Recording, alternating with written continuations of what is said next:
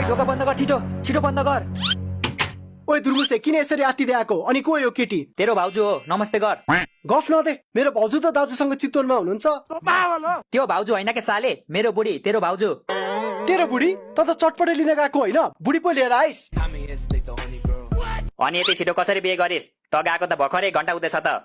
बिहे गरेको होइन के, भगाएर लिएको, त्यही भएर त कुद्दै आएको नि। अनि भगाउनै सोचले गएको थिइस् भने बाइक लानु पर्दैन थियो, बाहिरै थियो त मेरो बाइक। भयो, तेरो बाइक भन्दा त कछुवा छिटो कुद्छ। तेरो बाइक लगेको भए त भोलि पनि आइपुग्दिन थिएँ म।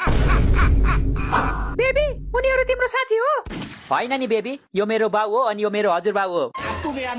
तिमी पनि कस्तो कुरा गर्छौ के? साथी त हो नि। तिमीलाई भगाएर एकैचोटि घर लान्छु होला त म। घर लगिस् भने त जुन बाटो गएको त्यही बाटो फर्काइदिन्छ तेरो बाउले।